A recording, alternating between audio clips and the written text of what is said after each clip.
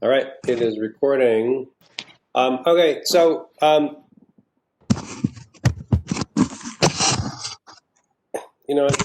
think what I might do also is bring up some images of what we're talking about. But the so I've seen this with more like wall coverings that are image based. So you might have like a wallpaper that is um, like might have like landscape or birds flying or something like that. And with the way it is so much easier to just like make an image and then have it like have the image applied to like a surface. It's so much easier now than it used to be that you could make a drawing or a painting and it could be applied to, like it could be produced commercially in a whole bunch of different formats. So so that question, good morning, Sarah. Hi, good morning. Hi. Sorry for the terrible late delay, but we are here. Um, so does that make sense, Tessa? Definitely. Thank you. Yeah. So, with if you saw this, like here, I have my drawing of these drawings I did on Tuesday. This is just using geometric shape of just like a circle or a rectangle. And you can, just even like the way like those rectangles at the bottom here, the way they're like kind of they're kind of stretched and sketched out so that they're not really, they look more like they might be like a piece of paper distorting as it floats rather than something that's just like a strict, you know, something that was just, like a more technical geometric shape. So it's pretty easy. I think it's pretty easy to give some life to something with the way you draw it, or just with like not worrying about perfection so much. That can help it to look more like it's something organic or natural. Um, and that's more like something that we see in real life. And that you have a really different response. I think really just like even like emotionally, like you see something that looks real, you feel an affinity for it. If you see something that looks artificial, it looks foreign, or just like, it's like, I remember taking an anthropology class, my first semester of college, um, and the no, one of the one of the, this one chapter of this book that we read was like first contact between these European civilizations and like African or South Asian civilizations that just had never seen the English or the French. And when they would like the English, these like explorers would like have a camera with them. This might be like in the 19th, like late in the 19th century. And the idea, like when they like some of these people who they'd never seen a cat, they didn't even know what I mean. Like they didn't know what any of this stuff was. When they saw a photograph of themselves, they were horrified because this like there was some of them felt like this was some kind of mysticism where they'd captured their soul, which is like, to me, I just thought like that seems kind of like it kind of makes sense. Like I've seen myself on video, like recorded video, where I wasn't really engaged with the camera. It was just like me, like I remember this like video of some friend took at a party years ago. I remember thinking, that's not me. It sounds weird. It's like some weird like monster doppelganger out there, But so it is. I think it's one of the things that we talk about. Hey, Brody. Sorry for the terrible beginning this morning, but here we are. It's all good. Yeah, good. Thank you. So, so that design. So yeah. So the I think that, design one to me, like a basic course like this, has always been like I can see where it goes to like more advanced, like how you like something like a more advanced application,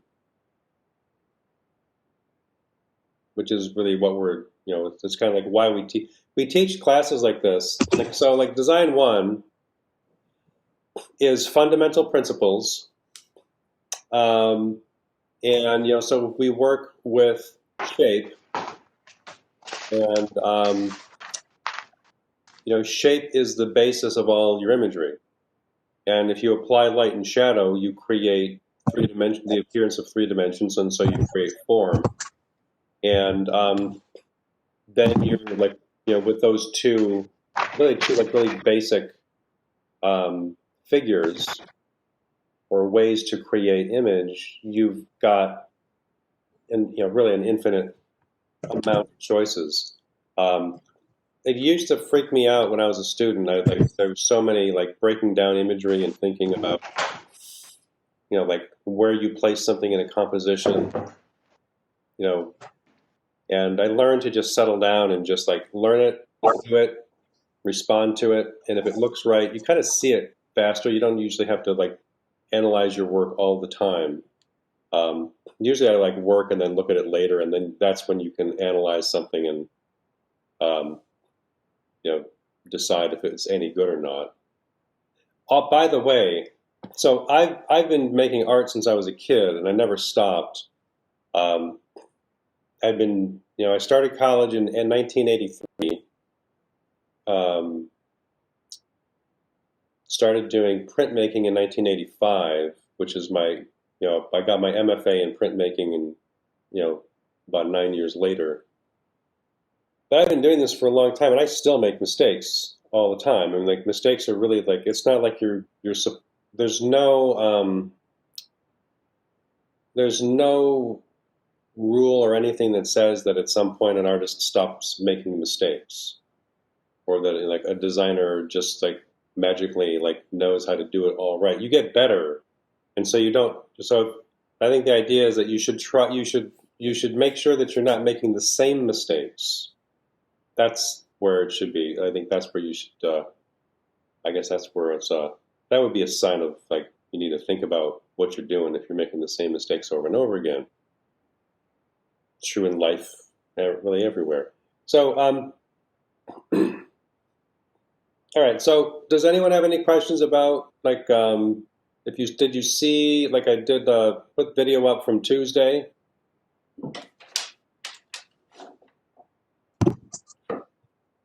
I haven't seen the video yet, so I can't ask That's fine. questions. Don't worry about it. The Tuesday is, so the way they have the setup is that Tuesday is not required. This is Elliot. Even though he's my oldest cat, he's my baby. Mwah. He's been with me the longest. So the Thursday classes will be, a requirement, and I don't want it to be like it's too like, authoritarian or anything, but it's really helpful if I can see what you're doing and know that you're here and know that that we're communicating directly to it. Today, as far as attendance is concerned, is just great that you guys are here. But we'll start over. We'll start over next week. So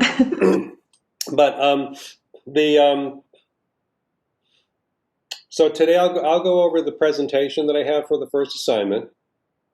I'll bring it up. I'll show you where it is in Blackboard and bring it up. It's in PowerPoint, so I know that these days these presentation formats can be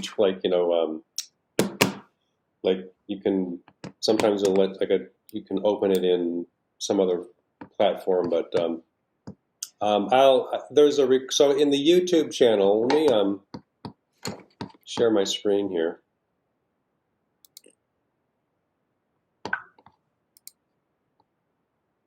All right.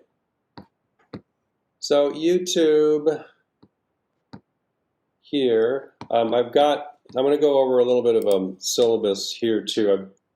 there's like so much language I have to go through and change to make sure that it doesn't say that we're doing, you know, that that's from the previous semester since we've changed the format. But so here, YouTube channel, if you go like just these, so in terms of navigating Blackboard, YouTube channel over here, it'll take you to this link.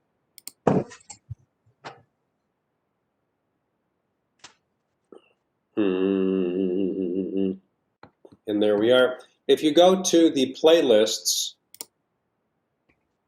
you will see Harper College Design 1 playlist and then view full playlist. So this is from Tuesday right here. This is, I found this is a video like from the fall of 2020, intro to this assignment, where I go through the presentation and also demonstrate the drawing process, which is also demonstrated here from Tuesday's class. Then the rest of this stuff I might edit. This is from fall semester. So if you wanted to have a preview of some of the stuff, you could go through it. I think it's going to be the same. I might make a change in the end, like the end of the semester.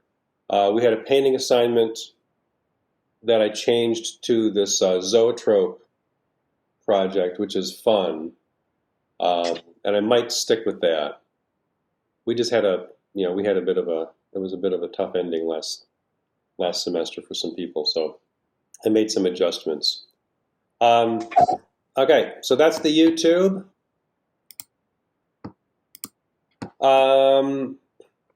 Assignments.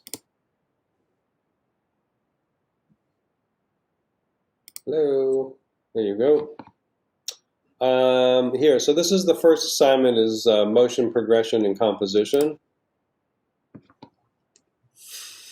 So here's the assignment document, which is a PDF. You can download it, but it's a PDF, so it's not changeable. I'm going to, there we go. Whew. All right.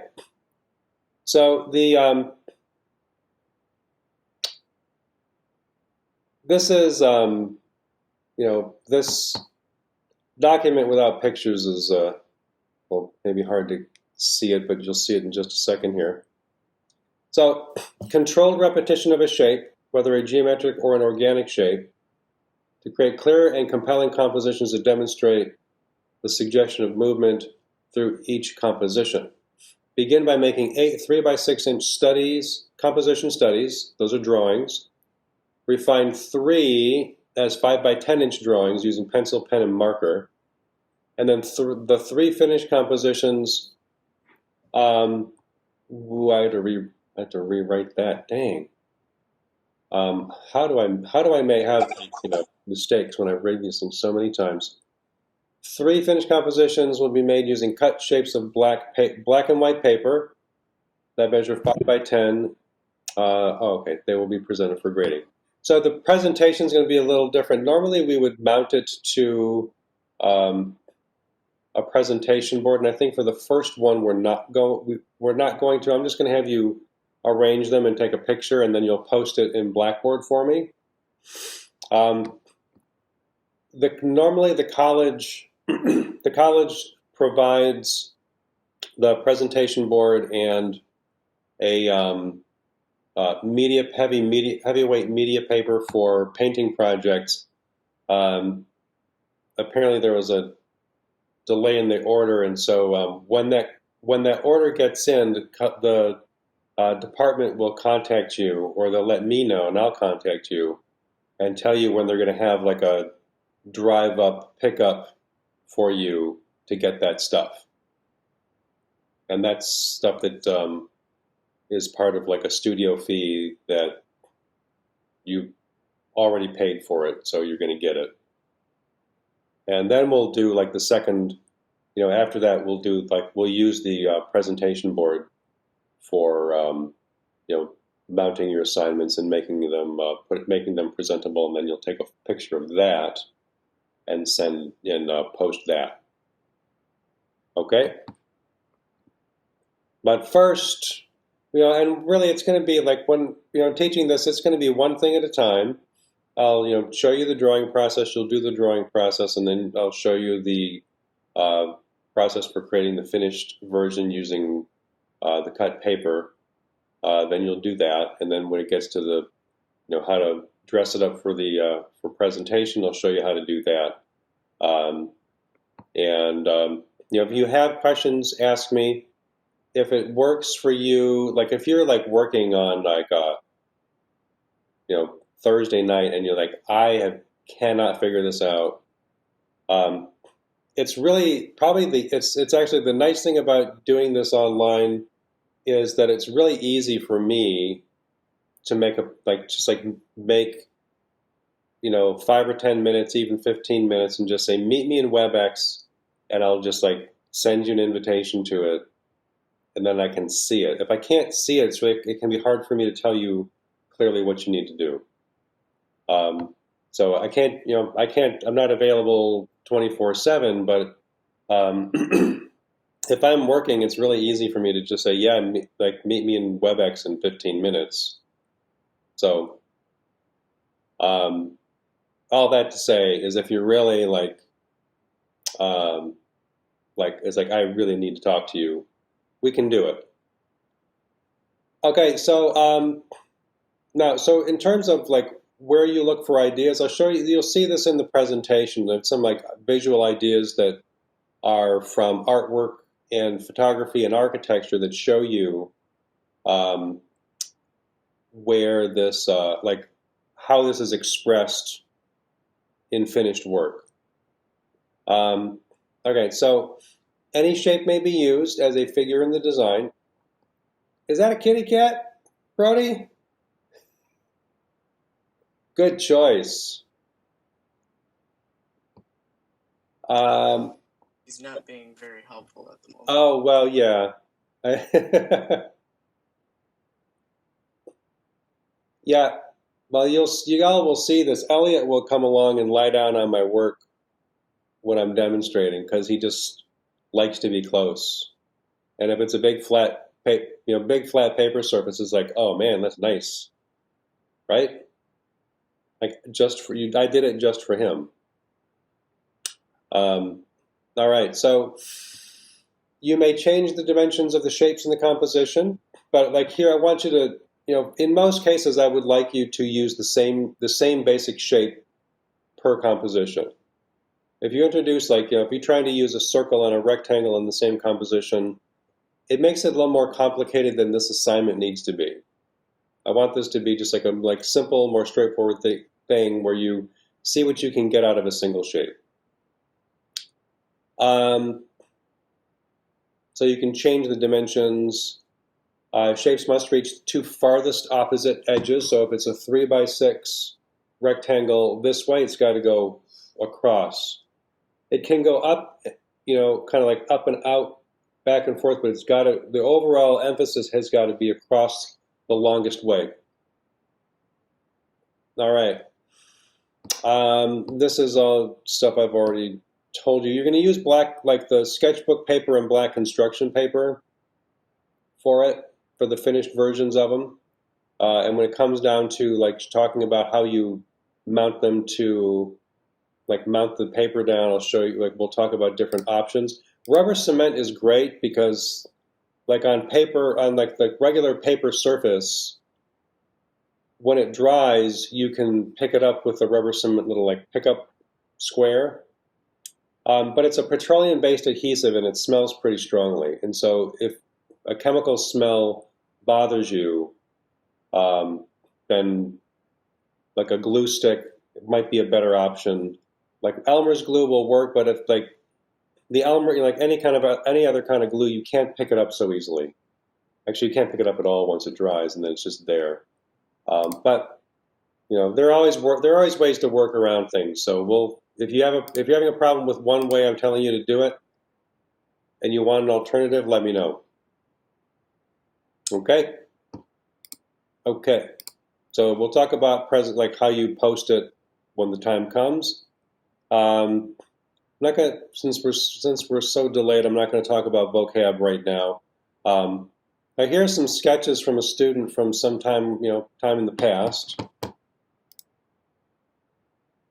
And this is just, she started these in pencils, and she took a marker and just sketched them out in marker to get an idea of what, like how they're going to look. And so the high contrast makes it look like, the paper. So you do want to, go over it in the marker, whether you've got a Sharpie marker, whether you've got that, brush marker. A regular, like the writing pen can be tough. I've seen this every once in a while, a student like trying to like fill in a big black area with like a little felt tip pen.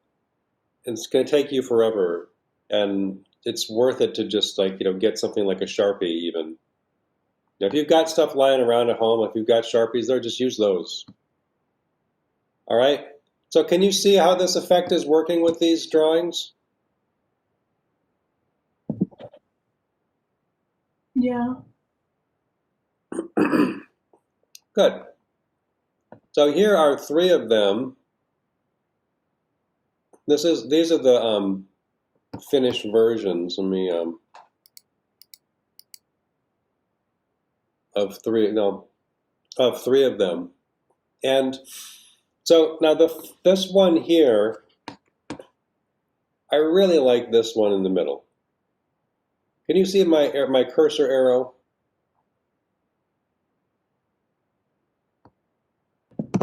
Yeah, we can. Okay, good, thank you. So you can see where this student has the repetition, but also change of scale, where they get narrower to the right. There's a change in the dimensions of the shape, and there's also a change in the spacing. So she has 3 changes within that simple little composition, which is really like why you see so compellingly it go left to right, or right to left. So that's something to think about. Like you can do this where you could just like make it, like you change the spacing or you change the scale. But you could change both at the same time. So you can use realistic imagery. I think Tessa, I mentioned like if you're looking at like an image wall covering of like birds flying across the sky, that might be kind of a cool thing to have in a room. You could do that here. I've seen students do this with like kind of like a simplified like bird shape flying, or a plant growing. You have to you have to keep it within the bounds of what you can cut out of with like either a knife or scissors. Okay? So that's the assignment document. Hey, come here. Come here. Jeez, Elliot, come on. Well, here's the presentation. Baby, come here. All right. Come on. Come on. Come on, the presentation's almost loaded. Bunny rabbit, come on. Good boy. Oh, you're so cute.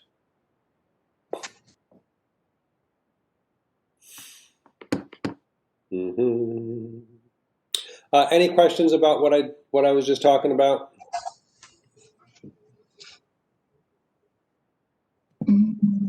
Cool. As of right now. Yeah. Well, yes, you will later, I'm sure.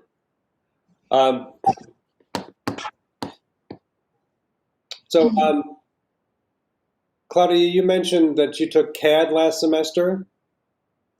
Yes. It was painful. Are you an interior design student? Yeah, I want to do interior design, but first I'm completing the kitchen and bath certificate, and then I want to do the whole interior design associate. All right, cool. Cool. And Brody, do you have a declared major yet? I'm stuck between multiples, so no. What's that? I'm stuck between multiples, so no. Oh, wow.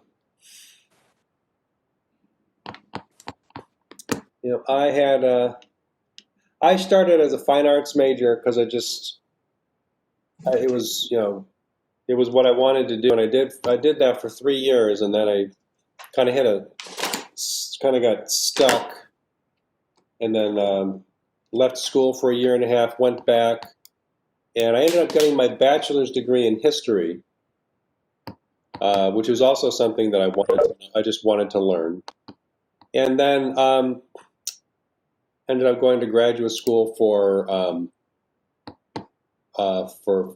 fine arts. So, hi, Marion. Hi, Duffy. How are you? Good morning. I'm doing a lot better right now. Oh, I'm so sorry, but you know what? Cool. Hopefully the worst of it is over and it's sunny. Yeah, So, it's um, I'm thrilled to be here. great. Yeah. Well, it's yeah. I'm slowly getting over my disappointment, but I'll just move on from this. Okay, so here's this design one, assignment one, rhythm, motion, composition. So this is something that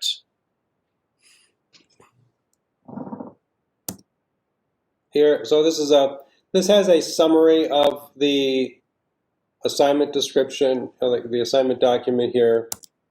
Now here, but this also has some images of just like how this is expressed visually in photography. So you also see here, you can see perspective.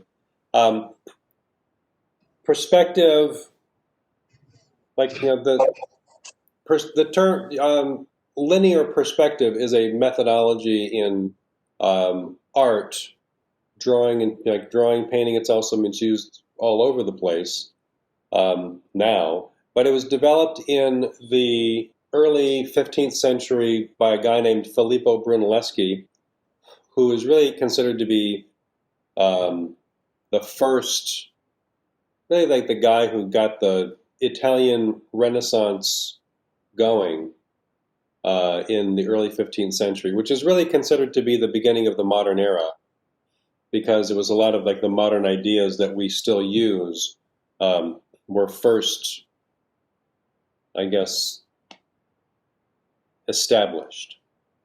So the idea that as like, you know, the way we see depth is through a variety of things. Like those posts of that fence are all approximately the same height. As they recede, they appear to get shorter, narrower, and you can see that the curvature of that line shows you the curvature of the land. So the reducing scale is a way of showing depth. And it also, just like that high contrast, dark post on the snow, you can't help it. You have, I mean, like that's your eye follows it. Just try to, you know, try to resist. Same thing here. You know, this is, I guess this is more agricultural, not specifically nature, but you know, you really can't help but follow those, you know, follow that progression. So progression is really like, you know, what you do with something like that intentional repetition. You can set up the image so that, like, you know, the viewer really can't resist it. Like, just sort of like impulsively, the eye just follows the repetition. So, Bridget Riley, I love her paintings. These are like oil paintings that are just like, you know, they look like like if you look at a pic, I'll show you some others of hers. They look kind of like they're digital images, but they're oil paintings. She worked she's still around. She worked in she was really like in the 60s and 70s. She was one of the like top contemporary artists in the world. Edward Muybridge, his motion studies. He was a 19th century inventor and photographer and all-around curious guy. He established these motion. He did these motion studies. The first one he did was to settle a bet. There was this argument about whether or not a horse galloping ever leaves, like all four hooves leave the ground at the same time. Some people said they don't. There's always one foot on the ground for a horse galloping, and other people said, no, I've seen it. And so Muybridge set up this experiment with tripwires and cameras and had a guy ride a horse at a gallop. And it took this like rapid sequence of photographs, and he got something that looks kind of like this, and they could see that the horse's hooves all come off the ground at some point. That started him off on studying motion in humans and animals, and it's really became the basis of film photography and movies. And it was something where he didn't set out to do. He wasn't thinking, I'm going to create the basis for movies.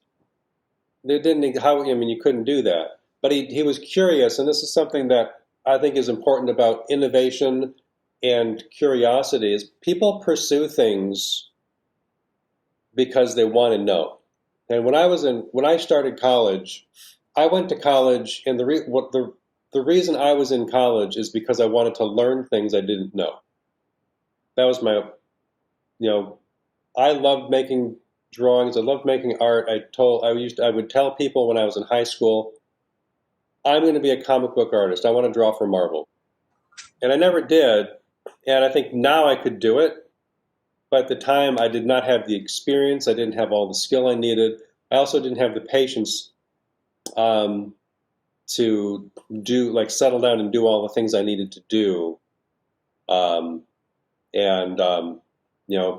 when I got to college, I realized there are all these things I just didn't know.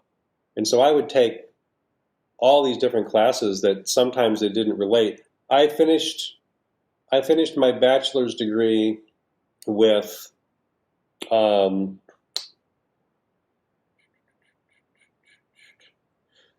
57 credits more than I needed to get a bachelor's degree. Because I would try this, try that, and oh no, I don't want to do that. I don't want to be an art major, and then I changed my major, and I was happy. It was an inexpensive state school, and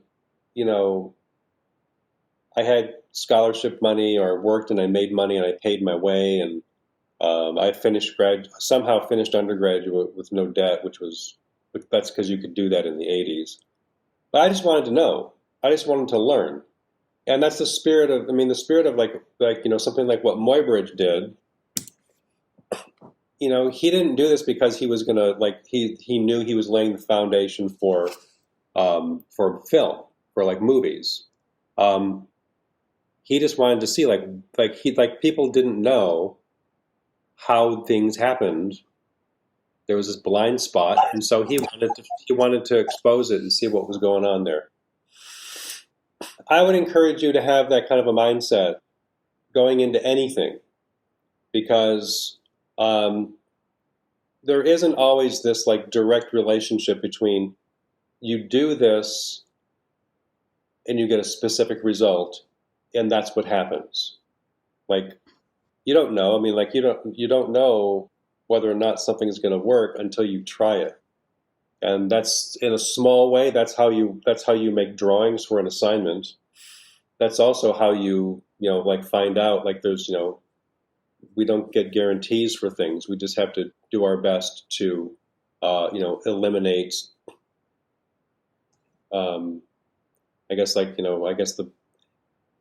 in art and design, the better your work, the better your chances.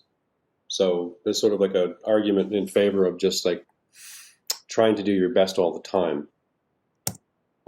All right, Frank Gehry. So this is Andy Goldsworthy. I love this guy. If you ever want to see a very interesting documentary about an artist, watch Rivers and Tides. It's about his artwork and how he makes it. He makes artwork in nature. This is made with different leaves picked up. He takes a long time to do this. He lays this out on this rock, photographs it, he documents his process, and then he leaves, and then eventually these leaves all just kind of like get blown off the rock. Some of his work is done to be permanent. Frank Gehry, an architect who is still around. I think he's about 90 years old now, but he designed a lot of interesting furniture, interesting buildings. But this, like the wiggle chair here, this is made of like a dense cardboard. Santiago Calatrava, Spanish architect who has offices all over the world. He's an engineer and an architect, and so he's able to engineer his buildings as he designs them. Normally in architecture, an architect has to, architects have to study engineering, but they're not engineers necessarily. And so Calatrava has an advantage in that respect. But he loves repetition, he loves pattern. He puts pattern into the structure, and it creates a building that is functional and really interesting to look at and very sculptural. Okay, so using excellent models helps you. So here's just like pencil sketch of some of those drawings that are in this assignment document. There's the image that's in the document. There's the finished version. And then here's some other examples of some just like little like individual images. These are that were done by students. So like this one I like because it's like that shape is not a specific shape. This is a good example of abstraction where it has a suggestion of a range of things it could be. Boxing glove, balloon. It's got a lot of, it's got some different, like a range of suggestion of things that it might suggest, but there are definitely things that it's not. It's not a triangle. It's not a star. You wouldn't mistake it for a lot of things. So, and you could get here by starting like with this. If you start with a circle and just kind of stretch out one end, you're kind of getting here. So that a curve. Curves come from circles or circular shapes, and they can kind of morph into something that looks more organic or something that was intentionally made by humans. This one, I like this one a lot too. The edges on that are really, I don't know, I think those things are, my presentation might be degrading a little bit. Oh well. But this one, so does this someone tell me an association that you can make with these thorny shapes? I just made an association.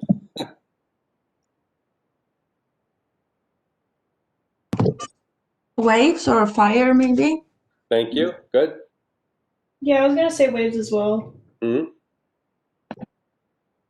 I was thinking maybe hooks. Yeah. I was thinking a stretch could be like vines of some kind. Yeah. Good. Those are good. Yeah. It's it's a it gives you an idea, like and this one and this one definitely don't give you the same association. Yeah, this is like chains or something. The Yeah. other one. There.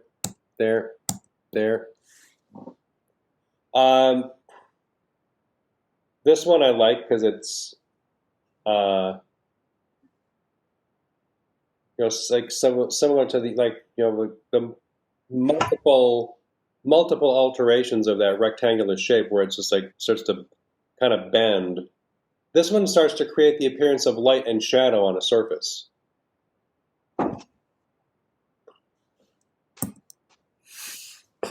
this student wanted to use color, and I said, okay, you can use color. It might not make it better. It might actually make it harder for you to do it, but she handled it well.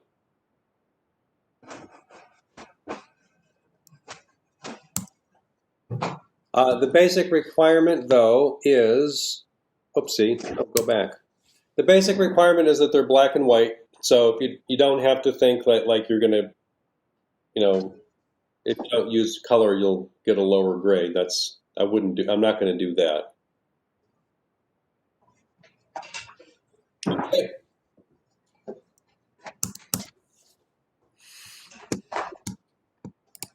All right.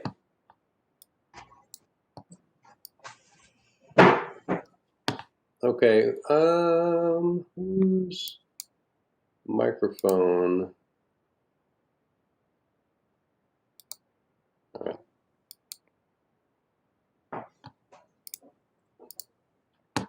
Sorry about this. I need to.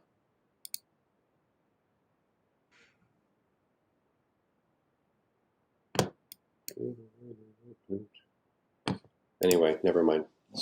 Don't need to do that right now. Okay, any questions?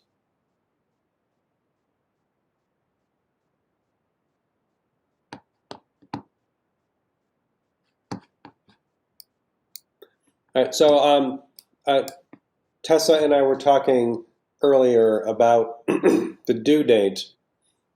The due date for this assignment, I'm going to.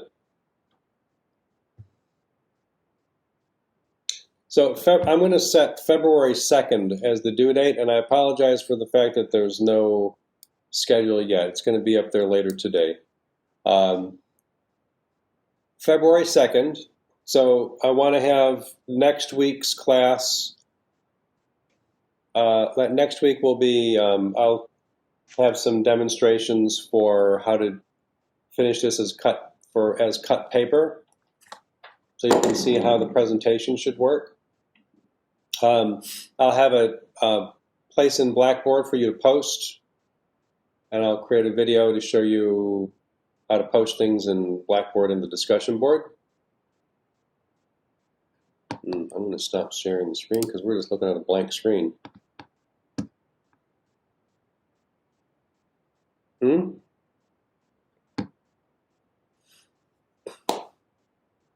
there any questions? Anyone got any drawings you want us to see?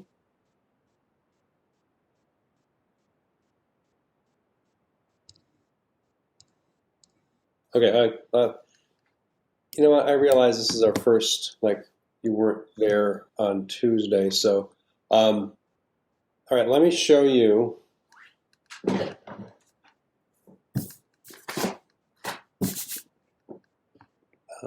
As we get going here, I'm going to do a little bit of a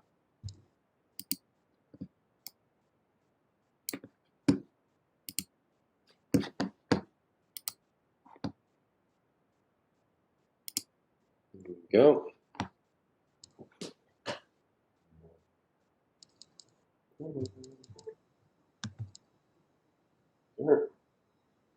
There he is.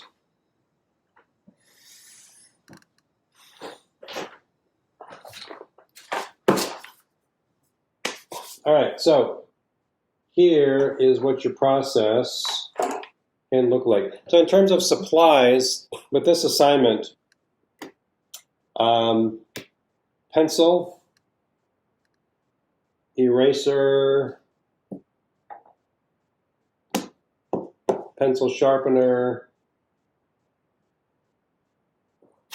pen,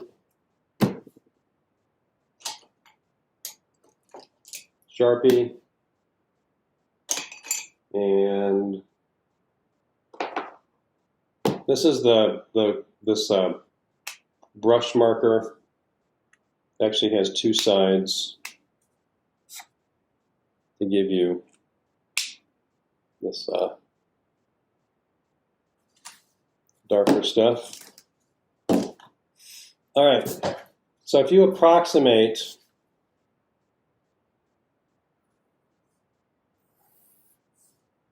a rectangle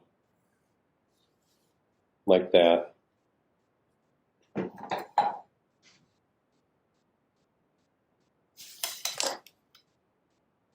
That is almost exactly 3 by 6. That's practice. All right, so some of the others, just so if the YouTube video, you see this in both of the two that I already posted. Watch them. So like if I say like I have a circle and I want to have the circle repeat, I'm going to start, I'm coming in on the left side. I'm going out the right side, and having it go left to right can be kind of a logical choice if you read left to right, and in English we read left to right. If you read a language where you read right to left, then that's fine too. And you don't have to. It doesn't have to go left to right. It can be dominantly left to right, or I'm sorry, right to left. Mainly, it's got to go the long way.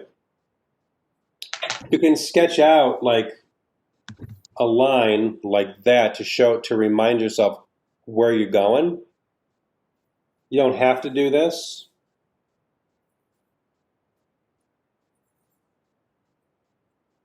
But if I just cluster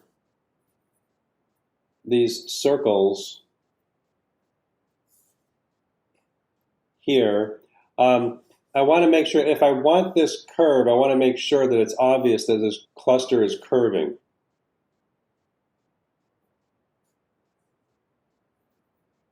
So I might need to make sure that these down here don't get in each other's way. So, and because the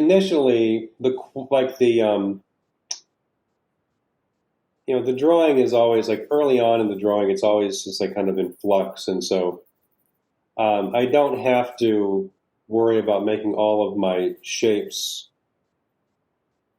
perfect. Perfection in artwork doesn't really exist. I mean, I'm not sure you could say. Perfection is a pretty optimistic concept, often unfairly applied to people. So like that.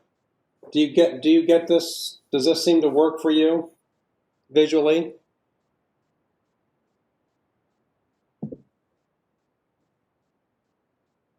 Yeah, it does for me.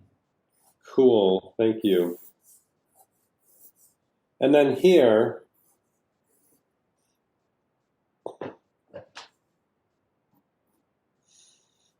let's say, instead of something geometric, I draw something that seems like it could be organic. Organic and geometric, by the way, are not exclusive of each other. Geometric suggests that it was, that it's artificial in that it's something that was made by, humans, as opposed to something that occurs in nature. So this leaf, so I have circle, leaf, and I could do this, I could try the same thing, the same basic, sort of compositional direction, and just make it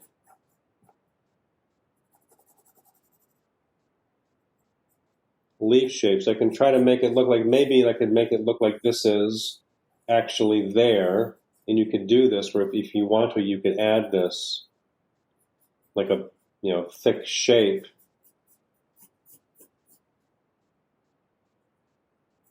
That now, if you're going to draw something like a vine, like this,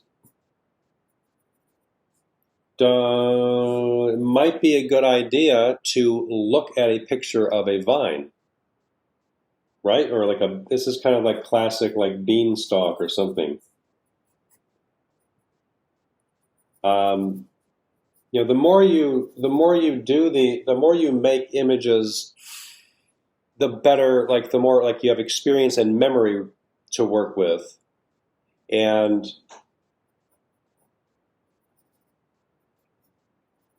you might, like, I don't have to look at a picture right now because I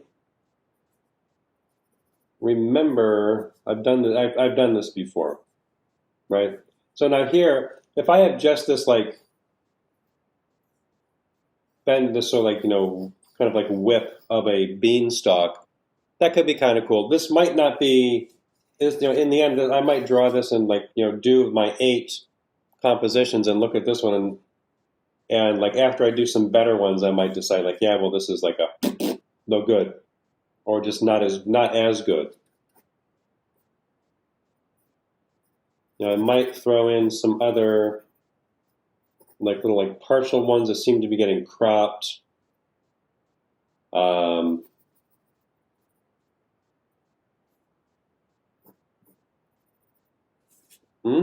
Good.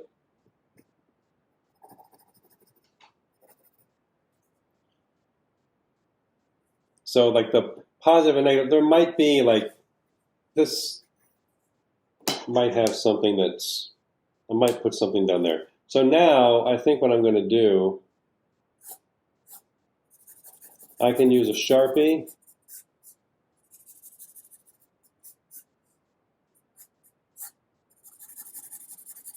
Sketch that.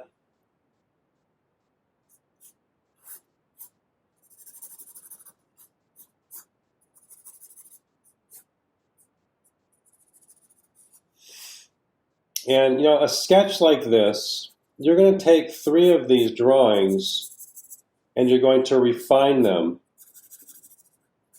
So these initial 8 drawings, I don't have to refine them all as if like I can see the cut shape clearly as like, like a piece of paper that I would cut, which is where you're going to end up with this. But I want to darken this and make them look more solid so I can see a little more clearly like how this would, like, like I need to see some contrast that I can't really, like, the pencil doesn't kind of give you, give you all the contrast you need. And the, the Sharpie or the special black,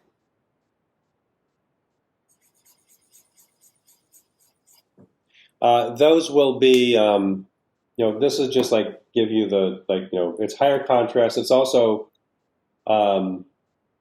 something that you can't change. So it's there. So it's a commitment. Yeah. So here, now this composition, I'm going to wrap it up in just 1 more minute. I realize we're just a little over.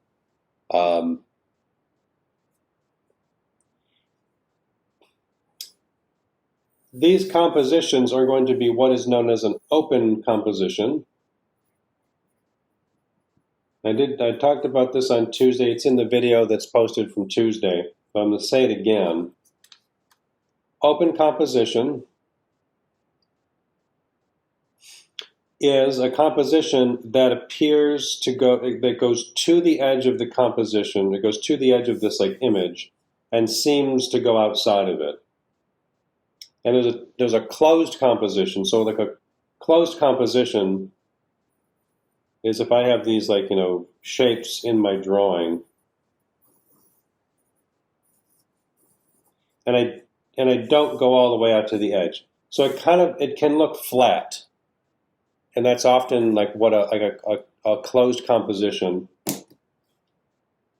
would be, it's really kind of good for like certain kinds of design where you don't want it to look like it has depth. But an open composition, I would continue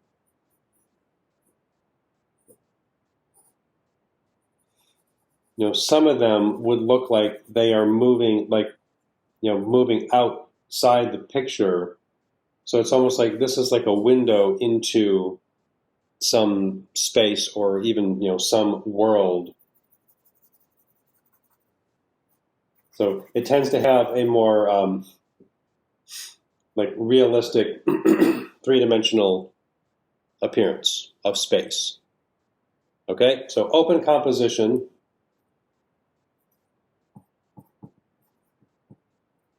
That's the kind of composition you're working with.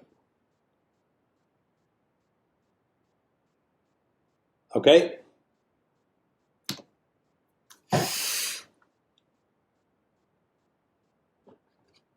Any questions? Nope. Duffy, since I came in late, is your expectation that there are going to be 8 shared drawings? You mean shared with me?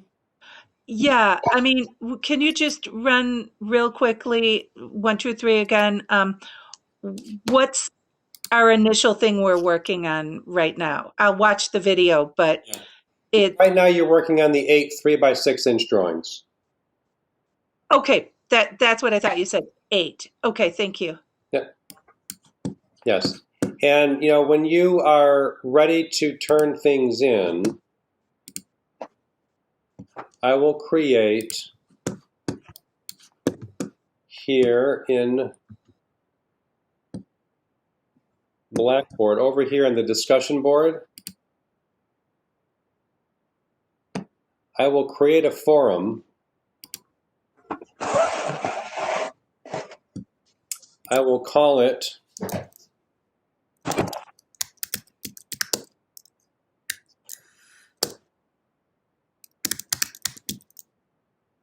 Assignment 1 forum, and I will say post finished here.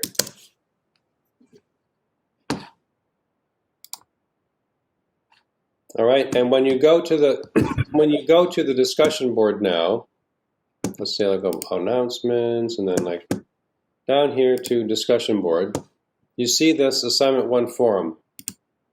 You open this up, you create a thread, and in your thread you will put your work. So you will say my work, your name, so your name.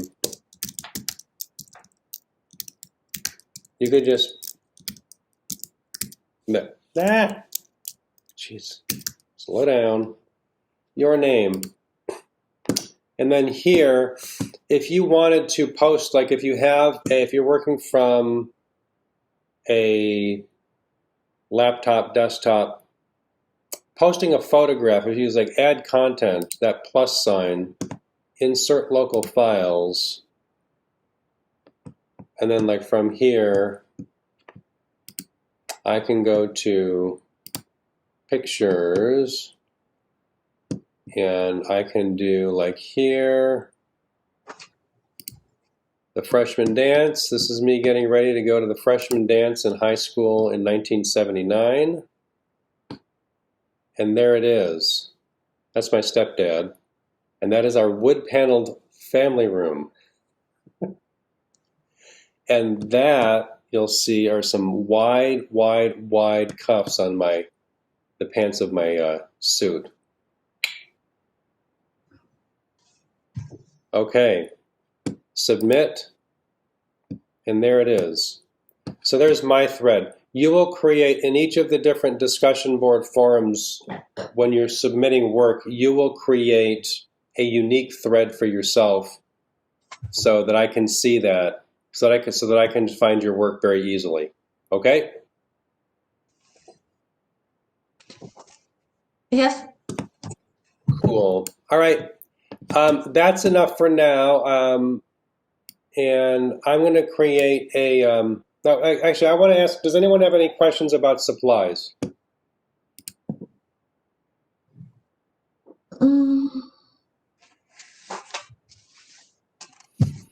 I don't. Okay. As of now. That's fine. Not for now, since for now it's just the basic ones. Yep. It's As we progress, and Yeah, you might not have questions until we get into the painting stuff, but just in case, I sometimes every once in a while there will be a student who just doesn't have any experience with this stuff and just like I have no idea what I'm supposed to get. So I just want to make sure that that's understood, that you're not sitting there with nothing to work with and you're not sure what to do about it. Okay, cool. All right, well, thank you I'm glad you could be here. I will, make sure that we do not have any of these technical difficulties in the future. And watch for things to be documented or some things to be posted in Blackboard. When I post, if I post new stuff, like when I get the syllabus up later today, I will create an announcement and have the announcement also sent as an email to you so you will know.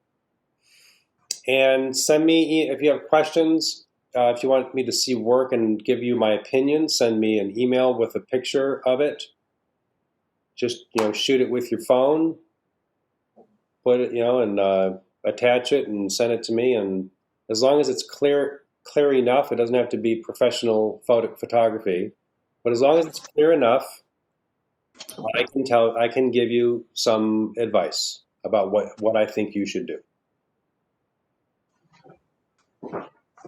Perfect. Thank you. Wonderful. Well, if you can be there, so the Tuesdays from 9:30 to 10:30 are optional. If you can be there, it's helpful.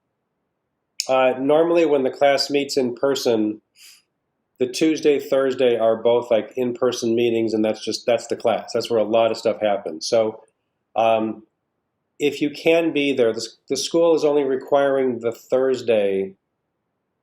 So, but if you can be there Tuesday, great. If it's like it just doesn't if something else is you have something else, but you would like to do a WebEx meeting, let me know. Like a WebEx meeting at a different time. I can't, as I said earlier, it's not like I could, be available anytime, but often it is it's not a big deal for me to, meet with someone for 5 or 10 minutes just to straighten out a question.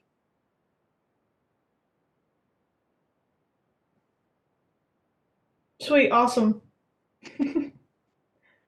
That's a great way to end the class. Sweet. Awesome. Enjoy the sunshine. Thank you. Have a good one. See you next week. Thank Yeah. you. Thank you.